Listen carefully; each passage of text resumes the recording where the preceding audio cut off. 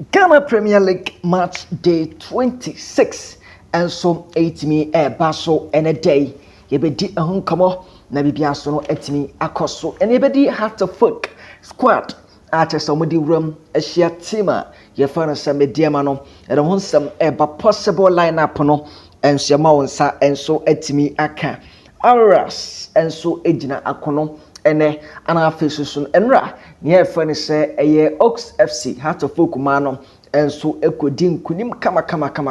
enso etimo Asante Kotoko so no enso etimi ebo when ye friend say Pando Stadium at your Heart of Lions almost squad enso etimi ewa ha agine nyina so etimi eba na bibia so no etimi akoso ene your first time I heard you media no subscribing na afi wa share the comment no and so etimi atwase na bibia so no etimi akoso kama so wo hye no so ha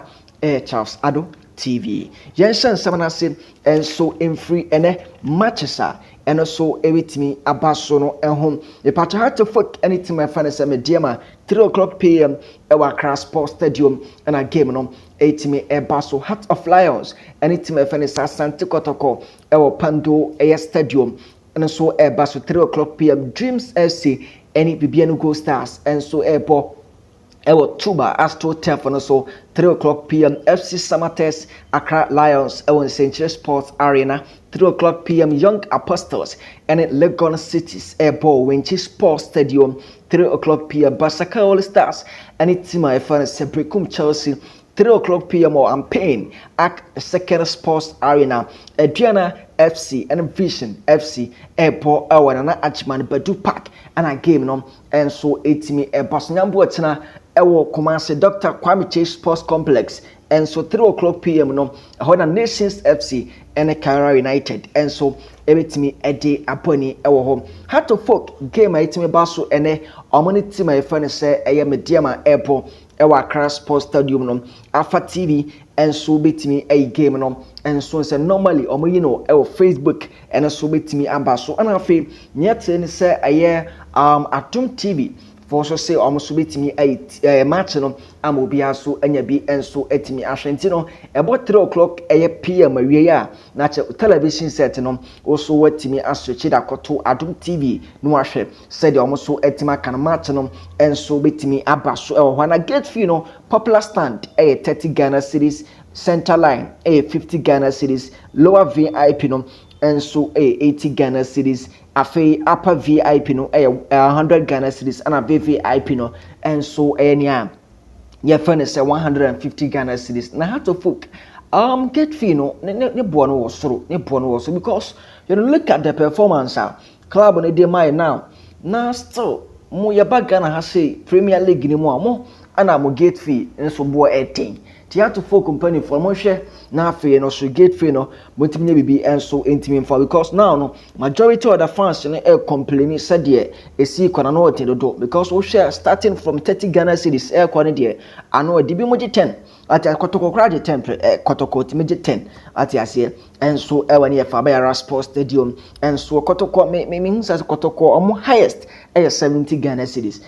so etimi eje enso Auroras Sports Stadium tino heart of company for no monhwe na moso mutinya bi fa said be ya ma fans no do na so etimi aba stadium se games no mutimi win games more performance na ekoso ana mutu gate fee mu dia yes man for pina beba bet performance no IBB oho na gate fee so no masa amena koso na hadwen pa so ye ntimo hwena wonye bibi enso ntimi fa fe ni nkomo enso ewo ho na chese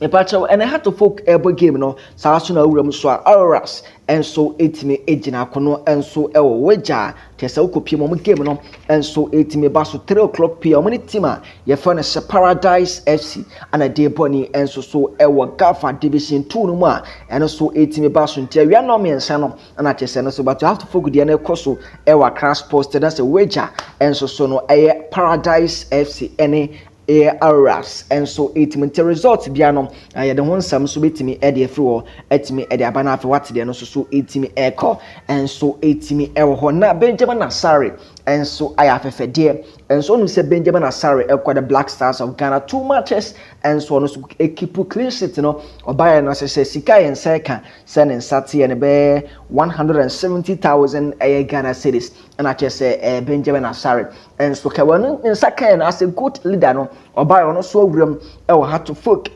senior team no oko Auroras oko Oaks FC oko Royal Oaks no enso asoye na chese ono so etimi edi sika ne bi enso etimi ekoma o kama ono so etimi amo bia ansa akane de kama so ntine we a good leader yakopon koso na won hia na afi no djuma dia wo gine so yakopon emwana no so entimi nkoso kama enso ho ayede awon sam no etinti no eno a good leader Benjamin Asaria ono so etimi wuram o hat to folk ay donation edi ama hat to folk teams no ni nyina bibia so ko afei Yefa Kotoko squad na mransa kwa ne ewuram e wo hat to folk edin hat to folk nko sanse nko no enso etim ewa na ewuram e Asante Kotoko so na omni team e fene se Heart of Lions ana ebo Kotoko peso omoto aso na afo omoji league nti opanyina ye fene se eye Prosper na te ogum e the 20-man squad ewuram e woni ye fene se Panto our money team e fene Heart of Lions e the company na goalkeepers no of Mohammed Kamara Frederick Asare, 2 goalkeepers. Over defenders now. Daniel Adrain Ajete, account Patrick Asedu, Michael Sefa, Henry Ansu, player Francis Samba Onel, and then Joseph Ablo, and so etimi account home. Nti say ne de Samba Onel de to say na manfo nye easy social media no so. Pianso bo player Francis Samba Onel, Tinti Samba Onel, and so county 6 defenders and room and so near fence Kotoko side oba midfielders na of a player Francis Samuel Tenedu justice in Kukuble Jay Jamina and so etimi account entries in team Manum account Emmanuel entry ana Baba Yaya almost 6 midfielders almost ewuram ana afi attackers no me pacha etimi wuram and so etimi efa player ne din and so ene near Francis Elvis stay back for Peter Amidu Akwa Samson Eduku Isaac Minta Albert Amwa afi Kwamo Poku omo enso ni players Kotoko Edom Wuram 20-man squad 2 goalkeepers 6 defenders 6 midfielders and afi 6 forwards and as attackers enso Ewuram Mohammed Kamara Frederick Asare Daniel Antoine Ajete Patrick Asedu Michael Sefa Henry Ansu Samba Onel Joseph Ablo Samuel Tenedu Justice Blay Jay Jamina Andrews Intimano Emmanuel Entry Baba Yaya Elvis Chaiba for Peter Amidu Akwa Samson Eduku Isaac Minta Albert Amwa Kwampoku and so a 20-man squad omuram ewani defense at Asante Kotoko squad na player Kotoko no be feeling the blue town and so a player friend say a Patrick Asetu and so 18 ho and so amede won sema fe wuram na fe medi Heart to folk komo and so na wuram Heart to folk she said players am available no and so bebo ama Heart to folk and day no me pacho player friend say Hamza Isa and so enya ankle injury and no Hamza Isa no probably to say Hamza MOB and a game ni bi no and so high chese ono de na doubtful say Hamza Isa and so intimi nsia kan ematima ye fene say Accra to folk na wuramu a players we mu de omo and so available Benjamin Asare Swipe Sharif Muhammad player fene say Michael Ampadu Ransford Mensa Kunedu Yadom Theophilus Collingson Kevin Osei Asibi Seth Osei Muhammad Hussein Ahmed Yusuf Ramsey Stephen Apia Asari Nuruddin Abdel Aziz Emmanuel Amankwamom David Opon Afani Kwesi Asma Michael Awamensa Kwabena Boatin Abdul Aziz Adam Rafael Amponsa Kakari Martin player fani say Enoch Asubonten omo nyina nso available achesene omo so coach no enso betimi a select mu makoma 11 enso etimi edi akobo etia tima ye fani say